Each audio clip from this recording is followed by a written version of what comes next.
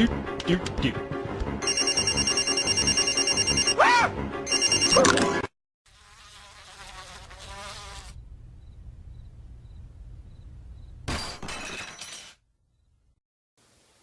shows can be seen as postmodern if they contain aspects of postmodernity such as intersexuality, hyperreality, pastiche, parody, etc. As TV shows can span over episodes and seasons, it's easier for them to include elements of postmodernity, as they could even focus each episode on a different aspect of it or address a topical issue in a postmodern way. As postmodernity has no set definition and is merely an idea/social construct, it gives scope for many different shows to come under the postmodern umbrella. They can reference theorists such as Baudrillard and Jameson with ideas of hyperreality and consumerism, or include intertextual references to other shows, films, or big ideas. For this reason, I picked The Simpsons as my postmodern TV case study, as it is renowned for its intertextual references, pastiche nature, and seasonal specials referencing to popular culture. The Simpsons comes under the genre of animated sitcom and was created in 1989 by Matt Groening for the Fox Broadcasting Company. With 27 seasons, 582 episodes, and its own movie, it was a very popular sitcom amongst a varied demographic.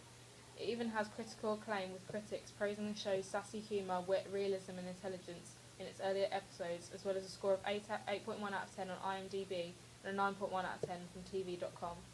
Not only is it a series, The Simpsons is a franchise with its own ride at Universal Studios Orlando and Hollywood, its own music, comic series, video game, star on the Hollywood Walk of Fame, and merchandise in many well-known toy retailers, such as Toys R Us, Argos and The Entertainer. The Simpsons was shown on Channel 4. The channel's target audience includes those in the 16 to 34-year-old age group, and has the purpose of providing informative and creative content to younger audiences, varying from documentaries to sitcoms to reality TV. The demographic would most likely be 8 to 35-year-olds, 60 to 40 male to female split, as the boy demographic would prefer the main characters, Homer and Bart. However, it appeals to an array of people, young and old, due to the variety of characters and themes.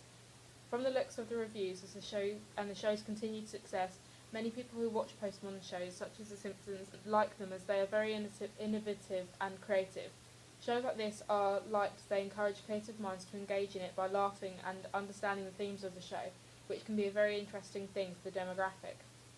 Moreover, due to the show's comedic focus, it gives another reason why the show is aimed at such a large demographic, as it is a very popular genre of TV/film that most people like to watch.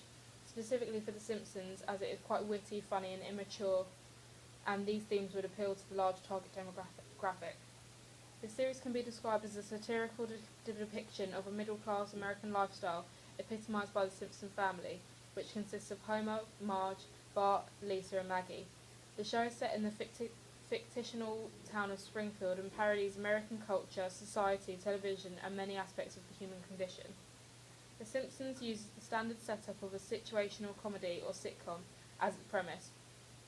The series centres on a family and their life in a typical American town, serving as a satirical parody of a middle-class American lifestyle. However, because of its animated nature, The Simpsons' scope is larger than that of a regular sitcom. The town of Springfield acts as a complete universe in which characters can explore the issues faced by modern society. By having Homer work in a nuclear power plant, the show can comment on the state of the environment. Through Bart and Lisa's days at Springfield Elementary School, the show's writers illustrate pressing or controversial issues in the field of education.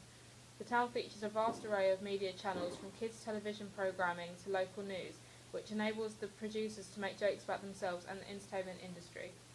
Some commentators say the show is political in nature and susceptible to a left-wing bias. Eugene admitted in an interview that the show are of a liberal bent. The writers often evince an appreciation for liberal ideas, but the show makes jokes across the political spectrum. The show portrays government and large corporations as callous entities that take advantage of the common worker. Thus, the writers often portray authority figures in an unflattering or negative light. In The Simpsons, politicians are corrupt, ministers such as Reverend Lovejoy are indifferent to the churchgoers, and the local police force is incompetent. Religion also features as a recurring theme. In times of crisis, the family often turns to God, and the show has dealt with most of the major religions. Given that the show reflects and parodies a typical American family, it gives a lot of scope for postmodernity in the show. Here are two famous parody episodes that are in the show. 2001 Greyhounds. The 101 Dalmatians parody that manages to squeeze in references to everything from Spartacus to Lady and the Tramp. 2001 Greyhound sees Bart and Lisa attempt to rescue a litter of stolen puppies from Mr. Burns.